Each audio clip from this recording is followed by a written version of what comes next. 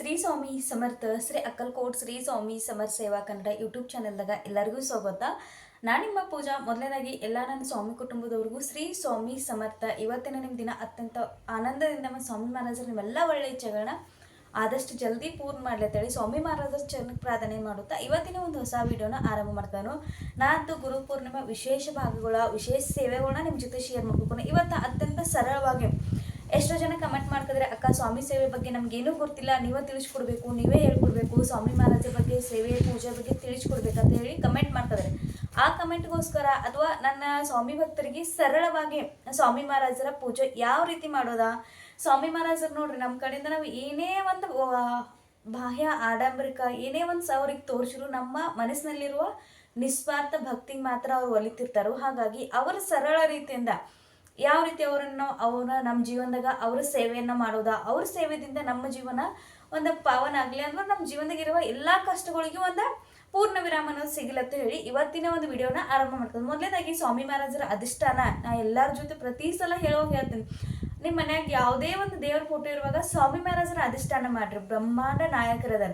ಬ್ರಹ್ಮ ವಿಷ್ಣು ಗುರು ಮೂರೂ ಜನರ ಅವತಾರವನ್ನ ಒಂದೇ ರೂಪದಾಗ ನಾವು ನೋಡುವಂಥ ಒಂದು ಗುರು ಅಂದ್ರೆ ಅದು ಸಾಕ್ಷಾತ್ ಸ್ವಾಮಿ ಮಹಾರಾಜರ. ನೀವು ಸಾಯಿಬಾಬಾನ ಪೂಜೆ ಮಾಡ್ರಿ, ದತ್ತ ಮಹಾರಾಜರ ಪೂಜೆ ಮಾಡ್ರಿ, ರಾಯರ ಪೂಜೆ ಮಾಡ್ರಿ, ಅದು ಹೋಗಿ ಎಲ್ಲ ಸಲ್ಲುವುದು ಸ್ವಾಮಿ ಮಹಾರಾಜರಿಗೆ. ಬ್ರಹ್ಮಾಂಡ ನಾಯಕರ, ಬ್ರಹ್ಮಾಂಡವನ್ನು ಸೃಷ್ಟಿ ಮಾಡಿದಂಥ ನಾಯಕರ ಅವರ. ಹಾಗಾಗಿ ಅವ್ರಿಗೆ ಹೋಗಿ ಸಲ್ತಿರ್ತೈತಿ. ಹಾಗಾಗಿ ನಾವು ಯಾವುದೇ ದೇವ್ರ ಪೂಜೆ ಮಾಡಲಿ, ಇಷ್ಟ ದೇವತೆ ಅನ್ನೋದು ಒಂದಿರ್ತೈತಿ, ನಮ್ಮ ಮನೆ ದೇವರು ಅನ್ನೋದು ಇರ್ತೈತೆ, ಅನೇಕ ದೇವ್ರುಗಳನ್ನ ನಾವು ಪೂಜೆ ಮಾಡ್ತೇವೆ, ಪೂಜೆ ಇರುತ್ತೆ, ಎಲ್ಲವನ್ನ ಮಾಡ್ತಿರ್ತೇವೆ.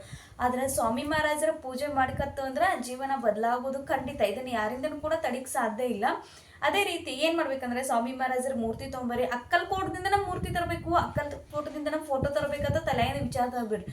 ಸ್ವಾಮಿ ಮಹಾರಾಜರು ಬರಾರಿದ್ರ ಅಂದ್ರೆ ಯಾವ ಮುಖಾಂತರ, ಯಾರೇ ಮುಖಾಂತರ, ಯಾವುದೇ ಭಕ್ತನ ಮುಖಾಂತರ ನಿಮ್ಗೆ ಅವ್ರ ಪರಿಚಯ ಆಗ್ತಾರೋ. ನಿಮ್ಗೆ ಎಲ್ಲೂ ಪರಿಚಯ ಇಲ್ಲದಿದ್ರು ಸ್ವಾಮಿ ಮಹಾರಾಜರು ನಿಮ್ಮ ಜೀವನದಾಗ ಬರಾರಿದ್ರೆ ಸ್ವಾಮಿ ಸೇವೆ ಬಗ್ಗೆ ನಿಮ್ಗೆ ಗುರ್ತಾಗೋದಿತ್ತಂದ್ರೆ ಹೇಗೋ ಒಂದು ಸಣ್ಣ ಸುಳಿವನ್ನು ಕೊಟ್ಟ ನಿಮ್ಗೆ ಸ್ವಾಮಿ ಮಹಾರಾಜರ ಅವರ ಸೇವೆ ಬಗ್ಗೆ ನಿಮ್ಗೆ ತಿಳಿಸ್ಕೊಡ್ತಿರ್ತಾರೆ.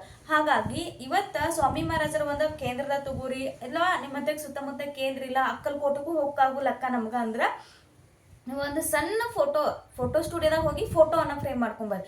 ನೀವು ಹೊರಗೆ ಹಾಲ್ದಾಗ ಇಟ್ಟು ಪೂಜೆ ಮಾಡ್ತೀರಿ, ದೊಡ್ಡ ಫ್ರೇಮ್ ಮಾಡ್ಕೊಂಡು ನಡೀತೈತಿ. ಆದಷ್ಟು ಜಗಲಿ ಮ್ಯಾಗ ಇಟ್ಟು ಪೂಜೆ ಮಾಡ್ಕೊತೀರಿ ಅಂದ್ರೆ ಸಣ್ಣ ಫೋಟೋನ ಪೂಜೆ ಮಾಡ್ರಿ. ಅಕ್ಕ ಇಲ್ಲ ನಾವು ಫೋಟೋ ಪೂಜೆ ಮಾಡಲ್ಲ, ಮೂರ್ತಿಯಿಂದ ಪೂಜೆ ಮಾಡ್ತೇವೆ ಅಂದ್ರೆ ಅಕ್ಕಲ್ಕೋಟದಾಗ ಹೋಗಿ ತೊಗೊಂಬರ್ರಿ, ಅಥವಾ ದತ್ತ ನರಸಿಂಹವಾಡ ಹೋಗಿ ತೊಗೊಂಬರ್ರಿ. ಎಲ್ಲ ಕಡೆ ಸ್ವಾಮಿ ಕೇಂದ್ರದಾಗ ಸಕಟ್ ಸ್ವಾಮಿ ಮಹಾರಾಜರ ಮೂರ್ತಿಗಳು ಸಿಗ್ತಿರ್ತಾವೆ. ಅಲ್ಲಿ ಕೂಡ ನೀವು ಮೂರ್ತಿಯನ್ನ ಹೋಗಿ ತೊಗೊಂಬರ್ಬೋದು. ಆ ಮೂರ್ತಿಗೆ ನೀವು ಯಾವುದೇ ಒಂದು ಶುಭ ಗುರುವಾರ ನೋಡ್ಕೊಂಡ ಮನ್ಯಾಗ ಅಧಿಷ್ಠಾನವನ್ನು ಮಾಡ್ಬೋದು. ಶ್ರೀ ಸೂಕ್ತ, ಪುರುಷ ಸೂಕ್ತ, ಸ್ವಾಮಿ ಮಹಾರಾಜರ ನಾಮ ಜಪವನ್ನು ಹೇಳ್ಕೊತ ಅವ್ರಿಗೆ ಪಂಚೋಪಚಾರವಾಗಿ ಪೂಜೆ ಅಭಿಷೇಕ ಮಾಡಿ, ಅವರಿಗೆ ಆರತಿ ಮಾಡಿ, ವಸ್ತ್ರ ಪರಿಧಾನ ಮಾಡಿ, ಅವರಿಗೆ ಅಷ್ಟಗಂಧ ಹಚ್ಚೋದೈತಿ. ಇನ್ನು ಮೂರ್ತಿ ಫೋಟೋ ಯಾವುದೇ ಆಗಲಿ ಅದಕ್ಕೆ ಈ ರೀತಿ ಅಷ್ಟಗಂಧ ಸಿಗ್ತಾ ನೋಡ್ರಿ. ಇದರಿಂದ ಅಷ್ಟಗಂಧ ನಾ ಮನ್ಯಾಗ ಯೂಸ್ ಮಾಡ್ತೇನೆ. ಇದನ್ನ ಮತ್ತೆ ಸಿಡಿ ಹೋಗಿರ ಅವಾಗ ನಂಗೆ ತಂದ್ಕೊಂಡಂತ ಅಷ್ಟಗಂಧ. ಇದ್ರಿಂದ ಎರಡೂದ್ರೊಳಗೆ ನಿಮ್ಗೆ ಯಾವ ಅವೈಲೇಬಲ್ ಆಗ್ತಾವಲ್ಲ ಆ ಅಷ್ಟಗಂಧನ ಹಚ್ಚ್ರಿ. ಸ್ವಾಮಿ ಮಹಾರಾಜರಿಗೆ ಅರಿಶಿನ ಕುಂಕುಮವನ್ನು ಹಚ್ಚಬಾರ್ದು. ಆ ನಂತರ ಅತ್ಯಂತ ಪ್ರಿಯವಾದ ಸ್ವಾಮಿ ಮಹಾರಾಜರಿಗೆ ಹೀನ ಅವತಾರವನ್ನು ಸ್ವಾಮಿ ಮಹಾರಾಜರ ಫೋಟೋ ಆಗಲಿ ಮೂರ್ತಿಗಾಗಲಿ ಹಚ್ಚಿ ಆ ನಂತರ ಅವರಿಗೆ ಅಷ್ಟಗಂಧ ಹಚ್ಚೋದೈತೆ. ಅದು ಈ ಉಂಗುರ ಬೆಟ್ಟ, ನಮ್ಮ ಉಂಗುರ ಬರೆಗಳೇನಿರ್ತಿಲ್ಲ ಈ ಬಟ್ಟದಿಂದ ಅಷ್ಟಗಂಧ ಅವ್ರ ಹಣಿ ಮ್ಯಾಗ, ಎರಡು ಭುಜಕ್ಕ, ಪಾದಕ್ಕ, ಈ ರೀತಿ ನಮ್ಗೆ ಟೋಟಲ್ ಆಗಿ 5 ಅಷ್ಟಗಂಧ ಟಿಕ್ಕವನ್ನ ಸ್ವಾಮಿ ಮಹಾರಾಜರಿಗೆ ಹಚ್ಚೋದೈತಿ.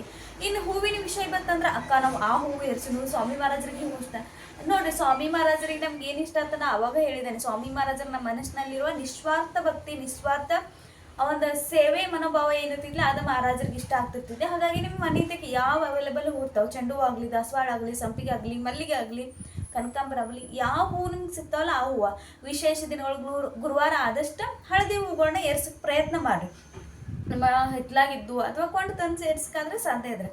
ಆ ನಂತರ ತುಳಸಿ ಎಣ್ಣೆ ಏರಿಸ್ರಿ. ಆ ನಂತರ ಇನ್ನು ನೈವೇದ್ಯ ವಿಷಯ ಬರ್ತಂದ್ರೆ ಸ್ವಾಮಿ ಮಹಾರಾಜರ ನಿಮ್ಮ ಮನ್ಯಾಗ ಏನು ಅಡುಗೆ ಮಾಡ್ತಿರಲ್ಲ ಅದನ್ನ ನೈವೇದ್ಯ ಇಡ್ರಿ.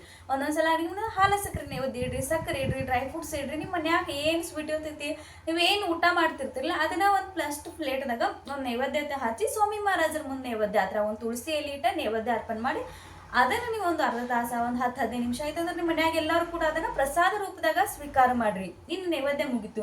ಇನ್ನು ಸ್ವಾಮಿ ಮಹಾರಾಜರ ಸೇವೆ ಏನು ಮಾಡಬೇಕು? ಸ್ವಾಮಿ ಮಹಾರಾಜರ ಸೇವೆ ಸ್ವಾಮಿ ಚರಿತ್ರ ಸಾರಾಮೃತ, ತಾರಕ ಮಂತ್ರ, ಸ್ವಾಮಿ ಮಹಾರಾಜರ ನಾಮಸ್ಮರಣೆ ಇಷ್ಟೇ ನಾವು ಮಾಡ್ತಾ ಹೋದು ಅಂದ್ರೆ ಜೀವನ ಖಂಡಿತವಾಗಿ ಬದಲಾವಣೆ ಆಗ್ತೈತಿ. 1 ವರ್ಷ ನಾವು ಯಾರೇ ವಿಡಿಯೋ ನೋಡ್ಕೊತಿರು 1 ವರ್ಷ ಕಂಟಿನ್ಯೂ ಯಾವುದೇ ಒಂದು ಕೋರಿಕೆ ಇಲ್ಲದೆ, ಯಾವುದೇ ಒಂದು ರೀತಿ ಸ್ವಾಮಿ ಮಹಾರಾಜರ ಮ್ಯಾಗ ಯಾವುದೇ ಒಂದು ಬೇಡಿಕೆ ಇಲ್ಲದೆ ನೀವು ನಿಸ್ವಾರ್ಥ ಭಾವನೆಯಿಂದ ಮಹಾರಾಜರು ನಂಗೆ ಏನು ಕೊಟ್ಟಿದ್ದಿಲ್ಲ ಇದೆಲ್ಲ ನೀವ ಕೊಟ್ಟದ ಇದನ್ನೆಲ್ಲ ನಮ್ಮ ಸಂಪೂರ್ಣ ಜೀವನ ನಿಮಗನ ಶರಣಾಗತಿ ಹಾಕದನು ಇನ್ನು ನನ್ನ ಜೀವನದಾಗ ಏನೇನು ನಡೆಯೋದಿದ್ರು ನಿಮ್ಮ ಅನುಗ್ರಹದಿಂದ ನಡೀತೈತಿ, ನಿಮ್ಮ ಆಜ್ಞೆದಿಂದ ನನ್ನ ಜೀವನ ನಡೀತೈತಿ, ನೀವು ಮಾರ್ಗದರ್ಶನ ಮಾಡ್ತಾ ಹೋಗಿ ಅಂತೇಳಿ ಸ್ವಾಮಿ ಮಹಾರಾಜರಿಗೆ ಸಂಪೂರ್ಣ ಶರಣವಾಗಿ ಈ ಒಂದು ಸೇವೆ ಒಂದು ವರ್ಷ ತನಕ ಮಾಡಿ ನೋಡ್ರಿ.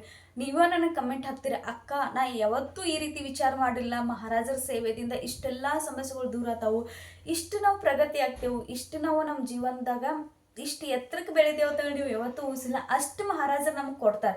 ಮಹಾರಾಜರು ನಮಗೋಸ್ಕರ ಕೊಡೋಕಂತ ಅಲ್ಲಿ ಕೂತಂತ ಒಂದು ದೈವ ಅವ್ರು ಅಕ್ಕಲ್ಕೋಟದಾಗ ಇರ್ಬೋದು, ಆದ್ರೆ ಅಂತಃಕರಣದಿಂದ ನಾವು ಅವ್ರನ್ನ ಕರೆದು ಅಂದ್ರೆ ಅಕ್ಕಲ್ಕೋಟದಾಗ ಇರುವಂಥ ಸಾಕ್ಷಾತ್ ಸ್ವಾಮಿ ಮಹಾರಾಜರು ನಮ್ಮ ಭೇಟಿಗೂ ಬರ್ಬೋದು, ನಮ್ಮ ಸಹಾಯಕ್ಕೆ ಬರ್ಬೋದು, ಯಾವುದೇ ರೂಪದಾಗ ಸ್ವಾಮಿ ಮಹಾರಾಜರ ನಮಗೆ ಬಂದ ಅನುಗ್ರಹ ಪ್ರಚಿತಿಯನ್ನು ಮಾಡ್ಬೋದು. ಹಾಗಾಗಿ ಸ್ವಾಮಿ ಮಹಾರಾಜರ ಸರಳ ಸೇವೆ ಪ್ರತಿನಿತ್ಯ 3 ಅಧ್ಯಾಯ ಓದ್ರಿ. 3 ಅಧ್ಯಾಯ ಓದಕೋಗಿಲ್ಲ, ಬೆಳಿಗ್ಗೆ ಸಾಯಂಕಾಲ ಮಧ್ಯಾಹ್ನ ಒಂದೇ ಬೈಟಕ್ದಾಗ ಕೂತು ಹೋದ್ರೆ ಚಲೋ. 21 ಅಧ್ಯಾಯ ಇರ್ತಾವು, 21 ಅದು ಅಂದ್ರೆ ಮತ್ತೆ ಹೊಳ್ಳಿ 1ರಿಂದ ಸ್ಟಾರ್ಟ್ ಮಾಡೋದ, ಮತ್ತೆ 21 ಮುಗಿದು ಮತ್ತೆ ಹೊಳ್ಳಿ 1ರಿಂದ ಸ್ಟಾರ್ಟ್ ಮಾಡೋದ. ನೈಸರ್ಗಿಕವಾಗಿ ಅಡಚಣೆಗಳು ಬಂದಂದ್ರೆ ಆ 5 ದಿನ ಸ್ಕಿಪ್ ಮಾಡಿ ಮತ್ತೆ ಹೊಳ್ಳಿ ನಮ್ಮ ಸೇವೆ ಎಲ್ಲಿಗೆ ನಿಂತಿರ್ತಿಲ್ಲ ಅಲ್ಲಿಂದ ಹೊಳ್ಳಿ ಸ್ಟಾರ್ಟ್ ಮಾಡೋದು. ಇನ್ನು ಅಕ್ಕ ನನ್ನ ಹತ್ತಾಗ ಸ್ವಾಮಿ ಚರಿತ್ರೆ ಸಾರಾಮೃತ ಇಲ್ಲ, ನಾನು ನಾಮಸ್ಮರಣೆ ಏನು ಮಾಡಲಿ, ತಾರಕ ಮಂತ್ರ ಮಾಡಲಿ ಅಂದ್ರೆ ಖಂಡಿತವಾಗಿ ಮಾಡ್ರಿ. ಇದಕ್ಕಿಂತ ಉಚ್ಚಕೋಟಿ ಸೇವೆ ಇನ್ನೊಂದಿಲ್ಲ. ಇದನ್ನ ನಿಮ್ಮ ಜೀವನದಾಗ ಅತ್ಯಂತ ಪ್ರಭಾವಶಾಲಿ ಸೇವೆ. ಸ್ವಾಮಿ ಮಹಾರಾಜರಿಗೆ ಇನ್ನಷ್ಟು ಹತ್ರ ಆಗ್ಬೇಕಂದ್ರೆ ನೀವು ಸೇವೆಯನ್ನ ಮಾಡ್ತಾ ಹೋಗ್ಬೇಕು. ನಾವು ಹೆಂಗೆ ಒಂದು ಯಾವುದೋ ಒಂದು ಏನೋ ಒಂದು ಕಟ್ಬೇಕಾದ್ರೂ ನಮ್ಮ ಶಾರೀರಿಕ ಮಾನಸಿಕವಾಗಿ ಪರಿಶ್ರಮ ಕೊಡ್ತಿರ್ತೇವೆ. ಅದೇ ರೀತಿ ಸೇವೆದಾಗೂ ಕೂಡ ನಾವು ಮಹಾರಾಜರನ್ನ ಅಷ್ಟೇ ಕಷ್ಟದಿಂದ ಅಷ್ಟೇ ಒಂದು ಇಷ್ಟದಿಂದ ಸ್ವಾಮಿ ಮಹಾರಾಜರ ಸೇವೆಯನ್ನ ಮಾಡೋನು. ಸ್ವಾಮಿ ಮಹಾರಾಜರಂದ್ರೆ ನಾವು ನನ್ನ ಪ್ರಾಣಿಗಂದ್ರೆ ನನ್ನ ಗುರು, ತಂದೆ, ತಾಯಿ, ನನ್ನ ಬೆಸ್ಟ್ ಫ್ರೆಂಡ್ ಎಲ್ಲ ನನ್ನ ಸ್ವಾಮಿ ಮಹಾರಾಜರೇ. ಯಾಕಂದ್ರೆ ಪ್ರತಿಯೊಂದು ಕ್ಷಣದಾಗ ಪ್ರತಿಯೊಂದು ಹಂತದಾಗ ಎಲ್ಲರೂ ಸಾಥ್ ಬಿಟ್ಟರು, ಸ್ವಾಮಿ ಮಹಾರಾಜರು ಮಾತ್ರ ನನ್ನ ಜೊತೆ ಇದ್ದಾರೆ. ಇವತ್ತು ಇಷ್ಟು ಧೈರ್ಯದಿಂದ, ಇಷ್ಟು ಒಂದು ನಂಬಿಕೆ, ಇಷ್ಟು ಒಂದು ವಿಶ್ವಾಸದಿಂದ ನಿಮ್ಮ ಮುಂದೆ ಮಾತಾಡ್ಕೋದೇನಂದ್ರೆ ಅದಕ್ಕೆಲ್ಲ ನಮ್ಮ ಮಹಾರಾಜರ ಕಾರಣ. ಮಹಾರಾಜರು ಇಲ್ಲ ಅಂದ್ರೆ ನಾ ಏನೂ ಇಲ್ಲ, ಮಹಾರಾಜರನ್ನ ನಮ್ಮ ಜೀವನ ನಡೀತಿದೈತಿ. ಮಹಾರಾಜರದಿಂದನ ಇವತ್ತು ನಾನು ನಿಮ್ಮ ಮುಂದಿದ್ದೇನೆ ಅಂತ ಹೇಳ್ಕ ನನಗೆ ಖುಷಿ ಅನಿಸ್ತೈತಿ. ಯಾಕಂದ್ರೆ ಮಹಾರಾಜರು ನಂಬಿತ್ತಂದ್ರೆ ಯಾವತ್ತೂ ನಾವು ಜೀವನದಾಗ ಬೀಳುವಂಥ ಮಾತೇ ಇಲ್ಲ. ಸ್ವಾಮಿ ಮಹಾರಾಜರು ಇವತ್ತು ಆ ರೀತಿ ಪರಿಸ್ಥಿತಿನ ನಮ್ಮ ಜೀವನದಾಗ ತರೋಲ್ಲ. ಆದ್ರೆ ನಮ್ಮ ಮನಸ್ಸಿನಾಗ ಪೂರ್ಣ ವಿಶ್ವಾಸ, ಶ್ರದ್ಧೆ, ಅವ್ರ ಬಗ್ಗೆ ಭಕ್ತಿ ಇರ್ಬೇಕು. ಮಹಾರಾಜರು ಏನೋ ಒಂದು ಕೆಟ್ಟ ನಡೀತಂದ್ರೆ ಮಹಾರಾಜರು ಹಿಂಗ್ಯಾಕೆ ಮಾಡ್ರಿ ಅನ್ನೋಂಗಿಲ್ಲ. ಮಹಾರಾಜರು ನೀವು ಏನು ಮಾಡಿದ್ರು ನನಗೋಸ್ಕರ ಚಲೋನ ಮಾಡಿರ್ತೀರಿ. ಇದಕ್ಕಿಂತ ಏನೋ ಒಂದು ಕೆಟ್ಟದಾಗ್ತದೆ, ಅದನ್ನ ಸಣ್ಣ ಪ್ರಮಾಣದಾಗ ಮಹಾರಾಜರು ನಮ್ಮ ಜೀವನದಾಗ ಆಗ್ತಿದೆ. ಮಹಾರಾಜರ ಸೇವೆದಾಗ ಬಂದ ಕೂಡಲೇ ನಮ್ಮ ಕರ್ಮಗಳು ಅಥವಾ ನಮ್ಮ ಭೋಗಗಳು ತಪ್ಪಲ್ಲ, ಆ ಭೋಗಗಳ ತೀವ್ರತೆ ತಪ್ತೈತಿ. ಅವೇನೋ ಒಂದು ದೊಡ್ಡದ ನಮ್ಮ ಜೀವನದಾಗ ಏನೋ ಒಂದು ದೊಡ್ಡದಾಗೋದಿರ್ತೈತಿ. ಅದ್ರ ಸ್ವಾಮಿ ಮಹಾರಾಜರ ಸೇವೆದಿಂದ ಅದ್ರ ಪರಿಣಾಮ, ಅದ್ರ ತೀವ್ರತೆ ನಮಗ ಕಡಿಮೆ ಆಗ್ತೈತಿ. ಅಂದ್ರೆ ಮಹಾರಾಜರು ನಮ್ಮನ್ನ ಆ ರೀತಿ ಸಂರಕ್ಷಣೆ ಮಾಡ್ತಿರ್ತಾರೋ.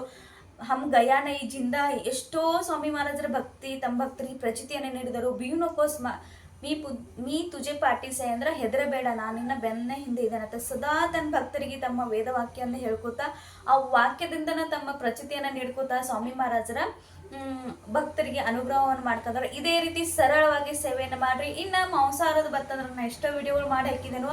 ಯಾವ ದಿನ ನೀವು ಮಾಂಸಾಹಾರ ಮಾಡಾರಿರ್ತಿರಲ್ಲ ಆ ದಿನ ಸೇವೆಯನ್ನು ಕಂಡನ್ ಮಾಡ್ರಿ. ಸ್ವಾಮಿ ಮಹಾರಾಜರು ತಾನಾಗೆ ಬಿಡಿಸ್ಕೊತ ಹೋಗ್ತಾರೋ. ಅದನ್ನೆಲ್ಲ ವಿಚಾರ ಸೈಡ್ಗಿಟ್ಟ ಸೇವೆಯನ್ನು ಮಾಡ್ರಿ, ಸೇವೆಯನ್ನು ಪ್ರಸಾರ ಮಾಡ್ರಿ. ಇವತ್ತಿನ ಈ ಮಾಹಿತಿ ನಿಮ್ಗೆ ಇಷ್ಟ ಆಗಿತ್ತು ಅಂತ ಭಾವಿಸ್ಬೋದನ್ನು. ಹೊಸವಾಗಿ ನೋಡೋರು ದಯವಿಟ್ಟು ಚಾನಲ್ನ ಸಬ್ಸ್ಕ್ರೈಬ್ ಮಾಡ್ಕೊಂಡು ನೋಡ್ರಿ.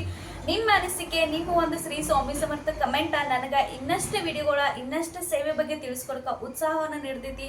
ಎಷ್ಟೋ ಜನರಿಗೆ ಈ ವಿಡಿಯೋ ಹೋಗಿ ಮುಟ್ತೈತಿ. ಹಾಗಾಗಿ ಪ್ರತಿಯೊಬ್ಬರು ಕೂಡ ವಿಡಿಯೋ ನೋಡೋರ ಒಂದು ಸಣ್ಣ ಕಮೆಂಟ್ ಮಾಡ್ರಿ, ಒಂದು ಸ್ವಾಮಿ ಮಹಾರಾಜರ ಜೈಘೋಷವನ್ನು ಹಾಕ್ರಿ. ಈ ವಿಡಿಯೋ ಇಷ್ಟ ಆದ್ರೆ ಲೈಕ್ ಮಾಡ್ರಿ. ನಿಮ್ಮ ಸುತ್ತಮುತ್ತ ಇರೋ ಫ್ರೆಂಡ್ಸಿಗೆ ಶೇರ್ ಮಾಡ್ರಿ, ಸಪೋರ್ಟ್ ಮಾಡ್ರಿ. ಮುಂದಿನ ಹೊಸ ವಿಡಿಯೋದಾಗ ನಿಮ್ಮ ಮುಂದೆ ಬರ್ತೇನೆ. ಶ್ರೀ ಸ್ವಾಮಿ ಸಮರ್ಥ.